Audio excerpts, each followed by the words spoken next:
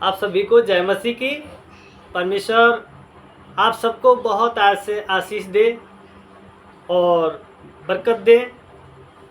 मैं आज आपके बीच में जो संदेश लाया हूँ, आपने थंबनेल देख ही लिया होगा कि विश्राम दिन क्या है। इसके बारे में हम बात करें, विश्राम दिन के बारे में, कि जो लोग आज मसीह लोग हैं, संसारिक लोग तो खैर नहीं जानते हैं इस बारे में, लेकिन जो लोग मसीह लोग हैं, जो हर संडे चर्च आते हैं और क्या करते हैं, जब मर्जी आ गए और जब मर्जी चले गए, और मर्जी किया तो इस संडे आए और मर्जी किया तो अगले संडे नहीं भी आए। तो देखिए, पहले विश्राम दिन के बारे में आप जान लीजिए, विश्राम दिन का पालन करना कितना ज़रूरी है। कोई भी हो, कहीं से भी हो, तो विश्राम दिन का पालन करना कितना ज़रूरी है ये आप लोग जान लीजिए, क्योंकि वचन आप लोग पढ़ते नहीं हैं। यदि आप लोग वचन पढ़ते ना तो ये वाला गलतियां नहीं करते। वचन को पढ़िए, बाइबल खोलिए और वचन को पढ़िए, तब आपको वचन मिलेगा। और परमेश्वर कैसे आपसे बातचीत करते हैं? वचनों के द्वारा। तो आइए हम वचन के द्वारा देखेंगे कि वचन में विश्राम दिन के बारे में क्या लिखा है। ठीक है, तो सबसे पहले निर्गमन 20 अध्याय,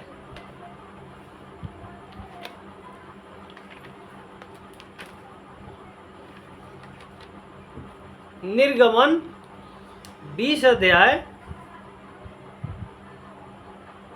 में जो लिखा है 20 का 8 में, तू विश्राम दिन को पवित्र मानने के लिए स्मरण रखना।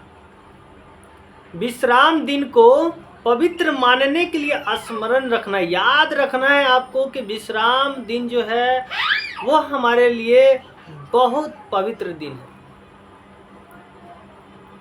ये हम सबको याद रखना है। लिखा 6 दिन तो तू परिश्रम करके अपना सब काम काज करना, परंतु 7वां दिन तेरे परमेश्वर यहोवा के लिए विश्राम दिन है। उसमें ना तो तू किसी भांति का काम काज करना, और ना तेरा बेटा, ना तेरी बेटी, ना तेरा दास, ना तेरी दासी, ना तेरे पशु, ना कोई परदेशी जो तेरे फाटकों के भीतर हो, क्योंकि 6 दिन में यहोवा ने आकाश और पृथ्वी और समुद्र और जो कुछ उनमें है सबको बनाया, और 7वें दिन विश्राम किया। इस कारण यहोवा ने विश्राम दिन को आशीष दी और उसको पवित्र ठहराया। तो विश्राम दिन को उसको पवित्र ठहराया, है ना। उस दिन को मानना कितना जरूरी है, क्योंकि वो पवित्र दिन है। और उन्होंने, देखिए यहाँ पे क्या लिखा है, परदेशी भी, यशाया उसका 56 के 6 में, परदेशी भी जो यहोवा के साथ इस इच्छा से मिले हुए हैं, परदेशी भी जो यहोवा के साथ इस इच्छा से मिले हुए हैं कि उसकी सेवा टहल करें और यहोवा के नाम से प्रीति रखें। क्या परमेश्वर से आप प्रेम करते हैं ना, उनसे प्रीति रखते हैं ना? तो सुन लीजिए, उसके दास हो, लिखा है प्रीति रखे और उसके दास हो जाए। आप परमेश्वर के दास होना चाहते हैं कि मतलब हम उनके दास हो जाए और उनकी सेवा टहल करें, तो लिखा है जितने विश्राम दिन को अपवित्र करने से बचे रहते हैं, जितने विश्राम दिन को अपवित्र करने से बचे रहते हैं और मेरी वाचा का पालन करते हैं, उनको मैं अपने पवित्र पर्वत पर ले आकर अपने प्रार्थना के भवन में आनंदित करूंगा। उनके होम बलि और मेल बलि मेरी वेदी पर ग्रहण की जाएंगी, क्योंकि मेरा भवन सब देशों के लोगों के लिए प्रार्थना का घर कहलाएगा। एक देश के लिए नहीं, सब देशों के लोगों के लिए प्रार्थना का घर कहलाएगा। यदि आप दास होना चाहते हैं तो पहले परम पिता परमेश्वर का उस विश्राम दिन को अपवित्र मत कीजिए। वो पवित्र दिन है, और उसको जब आप पालन नहीं करेंगे तो आपके अनुसार वो फिर आप मान नहीं रहे हैं उसको पवित्र दिन, आप उससे अपवित्र कर रहे हैं। ठीक है, आइए हम एक वचन और देखते हैं, यशायाह उसके 58 के 13 और 14 में। ठीक है,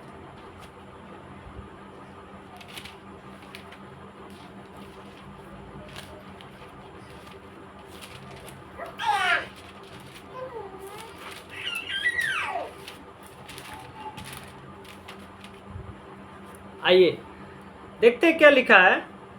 यदि यशायाह 58 का 13 और 14 में लिखा है, यदि तू विश्राम दिन को अशुद्ध ना करे, यदि तू विश्राम दिन को अशुद्ध ना करे अर्थात मेरे उस पवित्र दिन में अपनी इच्छा पूरी करे, यदि तू विश्राम दिन को अशुद्ध ना करे अर्थात मेरे उस पवित्र दिन में अपनी इच्छा पूरी करने का यत्न ना करे, उस विश्राम दिन को अपनी इच्छा पूरी करने का यत्न ना करे और विश्राम दिन को आनंद का दिन और यहोवा का पवित्र किया हुआ दिन समझकर माने, यदि तू उसका सम्मान करके उस दिन अपने मार्ग पर ना चले, अपनी इच्छा पूरी ना करे और अपनी ही बातें ना बोले, तो तू यहोवा के कारण सुखी होगा, यहोवा के कारण सुखी होगा। हर व्यक्ति चाहता है कि मैं सुखी रहूं, लेकिन सुखी कब होगा? जब यहाँ परमेश्वर का वचन का पालन करेगा। लिखा है, और मैं तुझे देश के ऊंचे स्थानों पर चलने दूंगा, मैं तेरे मूल पुरुष याकूब के भाग की उपज में से तुझे खिलाऊंगा, क्योंकि यहोवा ही के मुख से यह वचन निकला है। अब यह बताइए कि हर कोई चाहता है कि मैं सुखी रहूं, है, और लिखा है, ये जितना वचन मैंने आपको पढ़कर सुनाया है, अपने आप को चेक कीजिए कि क्या इस वचन के अनुसार आप चल रहे हैं। अगर नहीं चल रहे हैं तो अपने अंदर उस परमेश्वर का भय होना चाहिए। जो लोग परमेश्वर का भय मानते हैं, जो उनके अधीन चलते हैं, जो उनसे प्रेम रखते हैं, वो ये वचन कभी नहीं भूलेंगे, वो ये वचन कभी नहीं भूलेंगे, क्योंकि ये वचन बहुत खास है आप लोगों के लिए, बहुत खास है आप लोगों के लिए।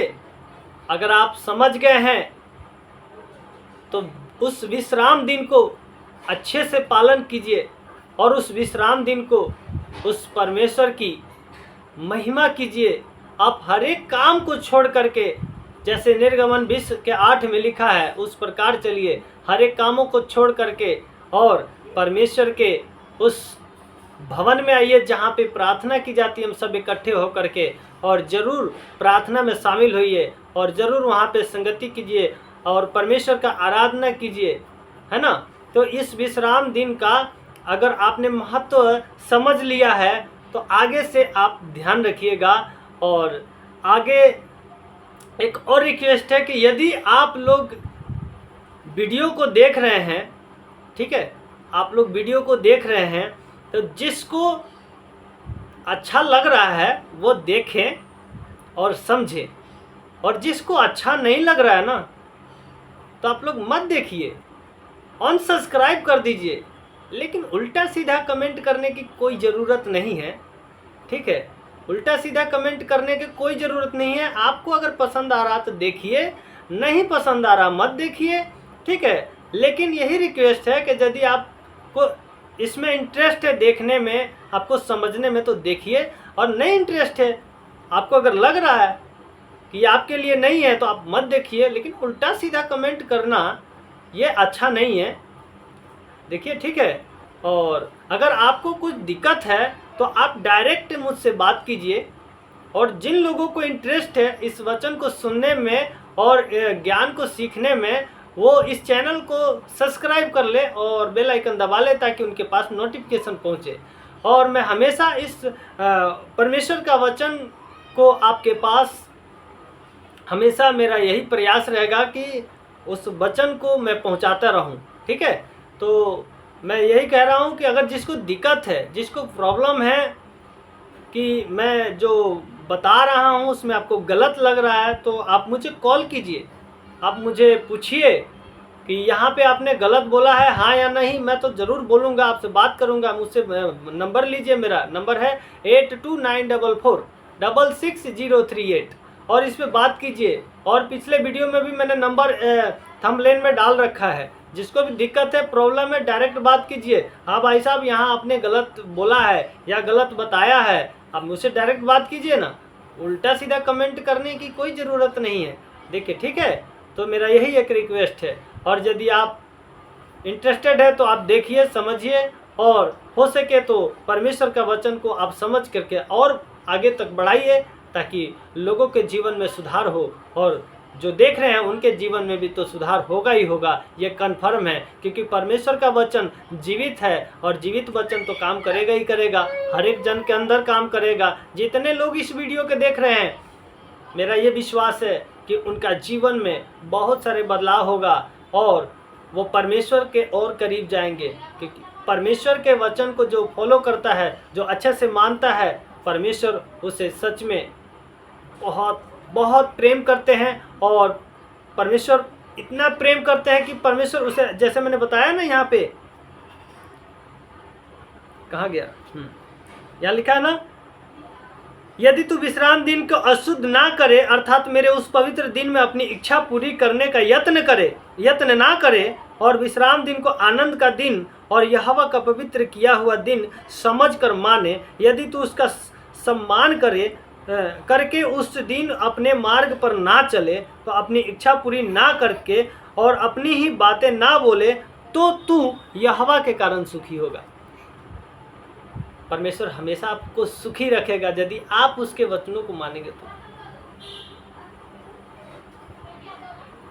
और आपको पता भी है, हर कोई कहता है कि परमेश्वर, वचन में भी लिखा है कि परमेश्वर का वचन में लिखा है कि यदि तुम मांगोगे तो तुम्हें दिया जाएगा, ढूंढोगे तो पाओगे, खटखटाओगे तो तुम्हारे लिए खोला जाएगा। या बताइए कि परमेश्वर का वचन में ये लिखा है कि तुम मांगोगे तो तुम्हें दिया जाएगा। क्या आपको ये भी पता है कि आप मांग रहे हो, आपको नहीं मिल रहा है, तो क्यों नहीं मिल रहा है? आप परमेश्वर के बातों को मान ही नहीं रहे हैं, बस परमेश्वर आपको देते जाए। ये कहाँ का नियम है? आप परमेश्वर को बातों को मानिए, वो जो कह रहे हैं वो आप मानिए, फिर जो आपको चाहिए वो आप मांगिएगा और वो आपको देंगे। जब हम किसी के पास जाते हैं कोई सामान खरीदने के लिए, तो वो हमको सामान देता है, हम उसको पैसा देते हैं। सामान देता है तो हम पैसा देते हैं, फ्री में कोई नहीं देता है, कोई नहीं देता है। तो परमेश्वर हमसे पैसा तो नहीं मांग रहे हैं, परमेश्वर हमसे पैसा नहीं मांग रहे हैं, लेकिन वो हमको आगे बढ़ाते हैं, हमको आशीष देते हैं, हमको सुखी रखते हैं, हमको हर समय रक्षा करते हैं। तो हमको वो क्या कह रहे हैं? बस तुम मेरी सुनो और मैं तुम्हारी सुनो, तुम मेरे तरफ फिरो, मैं तुम्हारे तरफ फिरूंगा। आइए हम देखते हैं एक वचन,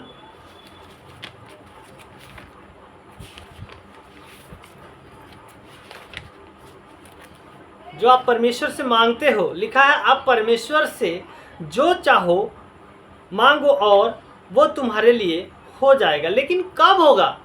मेरा सवाल है, कब होगा? लिखा है यूहन्ना 15 अध्याय उसका 7वां वचन में, यदि तुम मुझ में बने रहो और मेरा वचन तुम में बना रहे, तो जो चाहो मांगो और वह तुम्हारे लिए हो जाएगा। तो मेरे भाइयों और बहनों, आप इस वचन को थोड़ा बढ़िया से समझिए, गहराई से, कि यदि तुम मुझ में बने रहो और मेरा वचन तुम में बना रहे, तो जो चाहो मांगो और वह तुम्हारे लिए हो जाएगा। परमेश्वर का वचन आपके अंदर बना रहेगा और आप परमेश्वर में बने रहेंगे, तो परमेश्वर से आप जो मांगेंगे वो क्यों नहीं देंगे? कितने लोग हैं, जरा कमेंट करके मुझे बताइएगा कि आप प्रार्थना करते हैं लेकिन आपको उत्तर नहीं मिलता है। आप प्रार्थना कर रहे हैं, आपका काम नहीं हो रहा है, क्यों? एक जगह लिखा है बाइबल में कि परमेश्वर धर्मी जन का सुनता है प्रार्थना को, ठीक है। तो अगर आपके जीवन से कहीं पाप हो रहा है तो अपने आप को चेक कीजिए। यदि आपके जीवन से पाप हो रहा होगा तो आप कहेंगे, मान लीजिए फॉर एग्जाम्पल किसी के पेट में दर्द है और आपके जीवन से पाप हो रहा है डेली, और आप उसके लिए गए प्रार्थना करने के लिए, परमेश्वर मैं प्रार्थना करता हूँ इसके पेट के दर्द अभी इसी वक्त खत्म हो जाए यीशु के नाम में, ठीक है। आपने कह दिया लेकिन दर्द खत्म नहीं हुआ। आपने सोचा कि नहीं, मेरे प्रार्थना से तो कुछ नहीं हुआ। आप और नेगेटिव हो गए, आपका मन और खराब हो गया कि नहीं परमेश्वर नहीं सुनते हैं, नहीं परमेश्वर नहीं सुनते। अरे भाई साहब, परमेश्वर सुनते हैं, शायद आप ही उनका नहीं सुनते हैं, इसलिए दिक्कत हो रहा है। यदि आप परमेश्वर का सुने तो परमेश्वर भी आपका सुनेंगे 100%। परमेश्वर का आप सुनिए कि परमेश्वर आपसे क्या कह रहे हैं और वो फॉलो कीजिए, उस बातों को मानिए। फिर परमेश्वर से आप जैसे कहिएगा ना किसी रोगी के बारे में, चल इसी वक्त बीमारी उखड़ यीशु के नाम में, उसी वक्त बीमारी उखड़ेगा। राई के दाना का बराबर विश्वास बहुत बड़ा काम करता है। और आगे देखिए एक वचन और बताता हूँ, यूहन्ना 16:23 में लिखा है, उस दिन तुम मुझसे कुछ ना पूछोगे, मैं तुमसे सच सच कहता हूँ, यदि पिता से कुछ मांगोगे तो वह मेरे नाम से तुम्हें देगा। परमेश्वर कह रहे हैं, यीशु मसीह कह रहे हैं कि उस दिन तुम मुझसे कुछ ना पूछोगे, मैं तुमसे सच सच कहता हूँ, यदि पिता से कुछ मांगोगे तो वह मेरे नाम से तुम्हें देगा। यीशु नाम से आपको मांगना है, सभी बातों को ध्यान रखना है, तभी मिलेगा। 16:24 में लिखा है, यूहन्ना का 16:24 में, अब तक तुम मेरे नाम से कुछ नहीं मांगा, मांगो तो पाओगे ताकि तुम्हारा आनंद पूरा हो जाए। अब बताइए, क्या आप मांगोगे आपको नहीं मिलेगा? क्या वचन हमें बताता है कि जो लिखा है वो कभी नहीं टलेगा? तो यदि आप आज का वीडियो से समझ गए, आज का वीडियो आपके जीवन में काम कर गया, तो सच बता रहा हूं, आपका एक एक शब्द परमेश्वर सुनता है, लेकिन उसका उत्तर रोकने का जिम्मेदारी आपकी है। आप ही खुद रोक देते हैं गलतियां करके। या तो कभी आप कुड़कुड़ा दिए, या तो खुद संदेह कर दिए। संदेह करना बहुत बड़ी गलती है। आपने प्रार्थना कर दिया, परमेश्वर मेरे पेट का दर्द खत्म हो जाए अभी इसी वक्त यीशु के नाम से, आमीन। ऐसा आपने प्रार्थना कर लिया, लेकिन क्या हुआ? प्रार्थना करने के बाद तुरंत ही बात, पता नहीं ठीक होगा कि नहीं, ऐसा कर तू जा तब तक दवा लेके आ। प्रार्थना कर दिया और फिर इधर दवा के भी भेज रहे हैं। आपको लग रहा है कि शायद प्रार्थना से ठीक नहीं होगा, तब तक दवा मंगा लेता हूँ और ठीक हो जाएगा, नहीं होगा आराम तो दवा खा लूँगा। तो आपने क्या किया? संदेह कर लिया। तो मेरे भाई, संदेह करना भी बहुत बड़ी गलती है। शक करना कि पता ना ठीक होगा कि नहीं। अरे जब आपके पास एकदम पूरा विश्वास होगा ना, नहीं मैंने प्रार्थना कर दिया है 100%, जाओ फ्री हो गए, दर्द खत्म, मजाल है कि ना ठीक हो। परमेश्वर का एक दास को जो एक यकीन रहता है ना कि नहीं मैंने प्रार्थना कर दिया, जाओ हो गया काम खत्म, इसका बीमारी है कुछ भी नहीं है, जाओ हो गया इसका काम। उसका विश्वास है, उसका यकीन है, पूरा मजबूत है और वो सच में ख़त्म हो जाता है। आप अपना विश्वास को मजबूत करके रखिए ना, तुरंत के तुरंत ख़त्म होगा। यीशु नाम से बड़ा कोई नाम नहीं। अगर यीशु मसीह के नाम से हम जो चीज़ मांगते हैं वो मिलता है, तो इसका मतलब क्या समझ रहे हैं? उन्होंने अपने आप को शून्य कर दिया था, यहाँ तक मृत्यु भी सह ली, उस पिता की आज्ञा का पालन करने में। तभी ना उनके नाम सब नामों में श्रेष्ठ किया गया। और यीशु मसीह के पीछे चलने वाले लोग, यीशु मसीह के वचन को फॉलो करने वाले लोग, अपने आप को भी ऐसा ही सुधार लीजिए उनके स्वभाव में, आपको भी परमेश्वर ऊंचा करेगा। आमीन, हालेलुया। तो आइए, आज के दिन का इस वीडियो के लिए मैं बहुत सारा परमेश्वर का धन्यवाद करता हूं। जो जितने लोग वीडियो को देख रहे हैं, मेरा यही विनती है, परमेश्वर उन लोगों को बुद्धि और समझ को खोल देना, और इस वीडियो में जो कुछ भी पवित्र आत्मा के द्वारा जो मैंने बताया है, मेरे परमेश्वर सच में उन लोगों को बहुत आज से बदलाव हो और समझ बुद्धि खुल जाए यीशु के नाम में। और जो भी वचन इन्होंने सुना है, जिन लोगों ने, जिन भाइयों और जिन बहनों ने देखा है, उनके जीवन में बहुत सारा बदलाव हो यीशु मसीह के नाम में। आमीन, हालेलुया। सबको जय मसीह की।